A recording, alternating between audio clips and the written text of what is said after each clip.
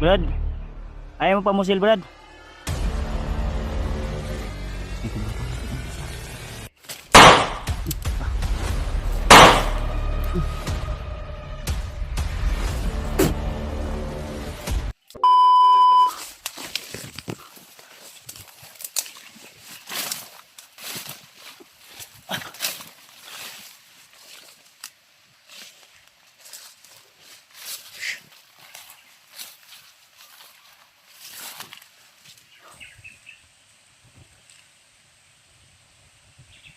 Secure muna natin yung area mga tol, kung safety ba tong napuntahan natin.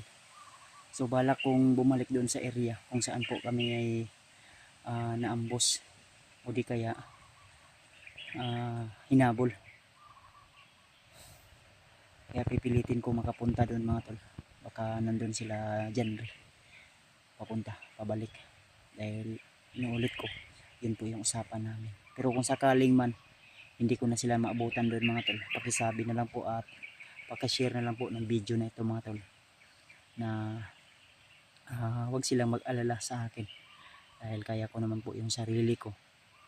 At ang inaalala ko lang ay sila Janry at si Jojo, lalong lalo na target sila ng bandidong grupo, lalong lalo na yung si Jojo na bandido na hawak ng cellphone ni Julius at si Edward. So pakisabi po sa kanila na nasa mabuting kalagayan ako at yung commander na humabol sa amin, tinutugis ko. Ang problema ay tumakbo. So maraming tauhan, kaya ang ginawa ko ay nagtago muna ako saglit. At yung mga dumadaan ay iniiwasan ko lang muna na hindi ako nila malata, gawa ng medyo pagod at alam niyo naman na sumasakit yung ulo ko. Pero lumalaban ako tol, dahil kung padadaig ka sa iyong damdamin, di kaya sa iyong sakit na nararamdaman, ay magiging isang mahina ka o di kaya ay pagtawanan ka ng mga bandidong grupo. Dahil masaya sila kung mabibihag nila tayo. Kaya hindi ako nagpadala sa aking masamang dinadala na damdamin.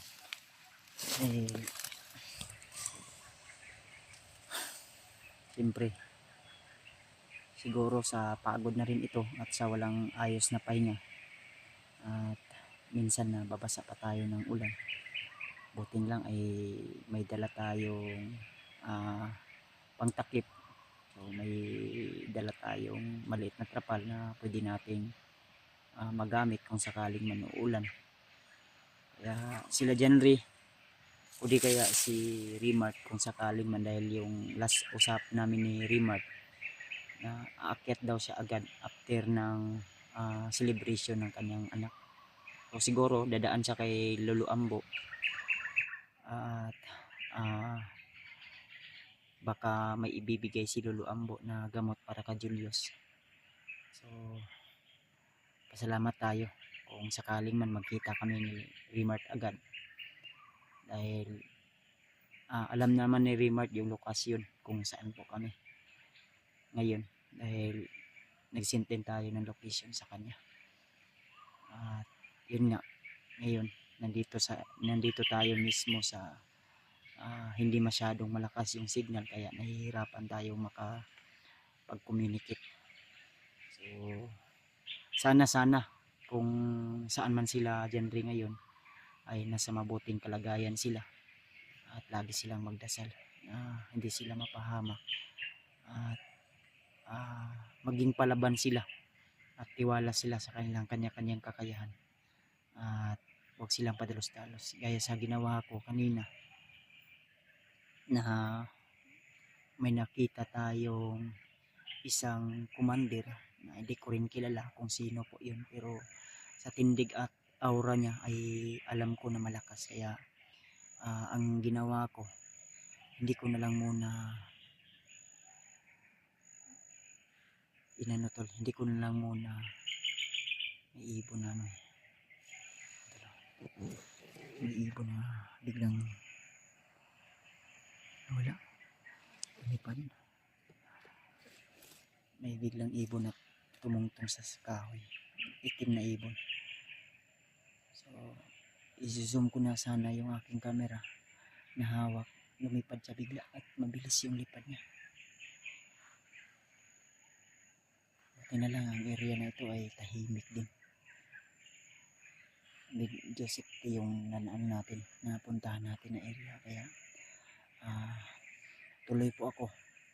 Subukan kong balikan yung area kung saan po talaga kami nagkahiwalay nila Janry, kaya inuulit ko, pakisabi na lang po sa kanila tol na nasa mabuting kalagayan tayo at tuloy tayo sa ating laban.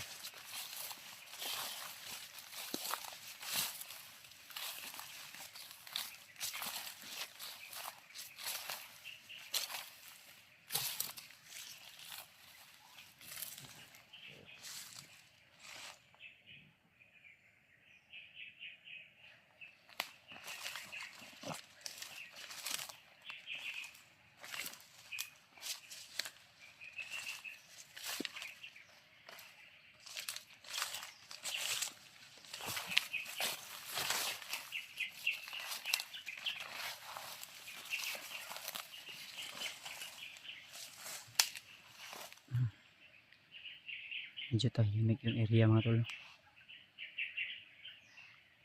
pero wag lang tayong kumpiyansa dahil alam niyo naman pag ganito yung sitwasyon, tahimik pero mapanganib talaga.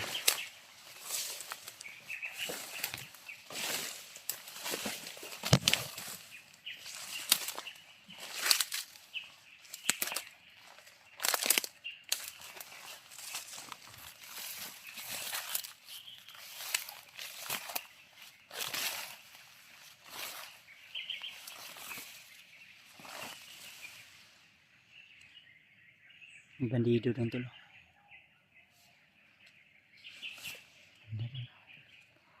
May nakita ako nakaitim doon. May tumawid sa ano eh. Nakita ko sa ano, doon banda. Yan banda yata yung ano, kung saan kami na hinabol ng mga bandidong grupo. Iniwasan ko sila talaga tol, kasi hindi pwede na atraka tayo agad. Hindi natin alam eh kung marami sila.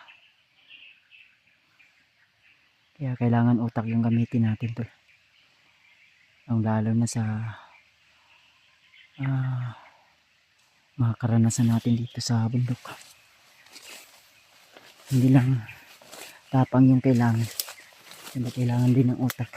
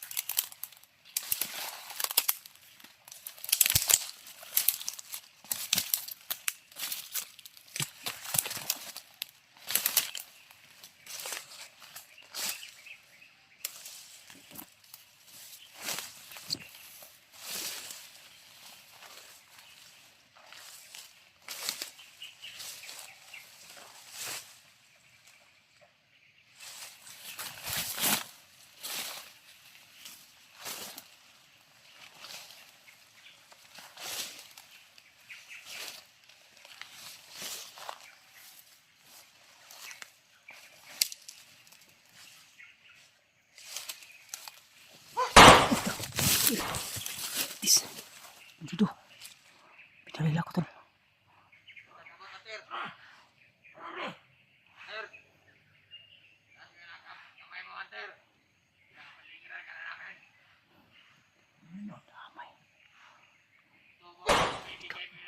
Wala pa.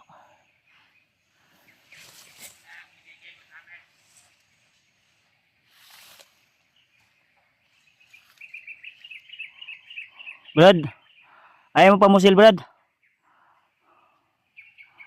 May gumapang dito banda sa atin tol.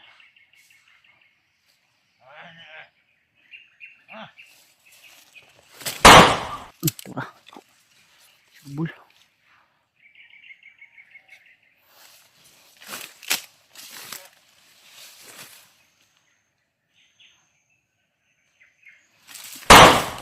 Ito. Ayop ka. Mago ka pa ha.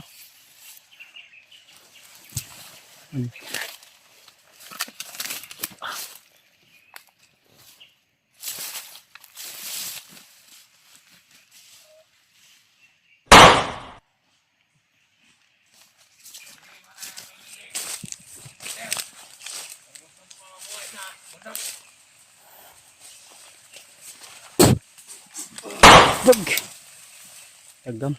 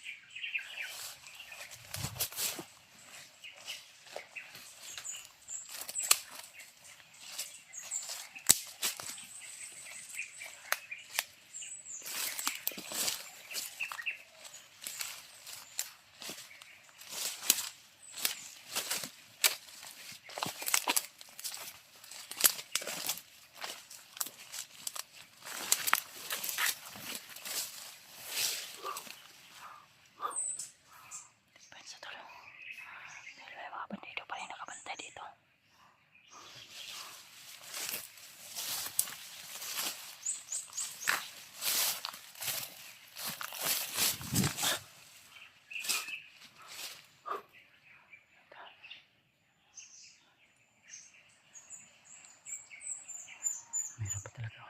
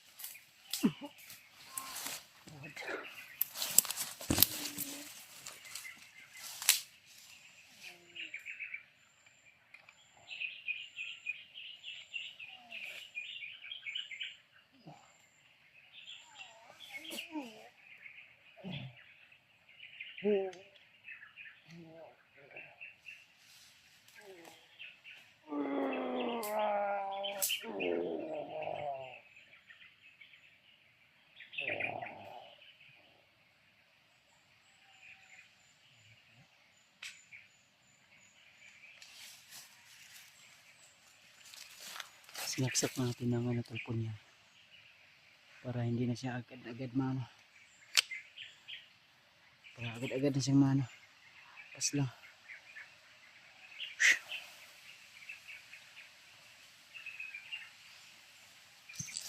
Pero hindi natin yung papas lang. Baka bubuhayin pa yun.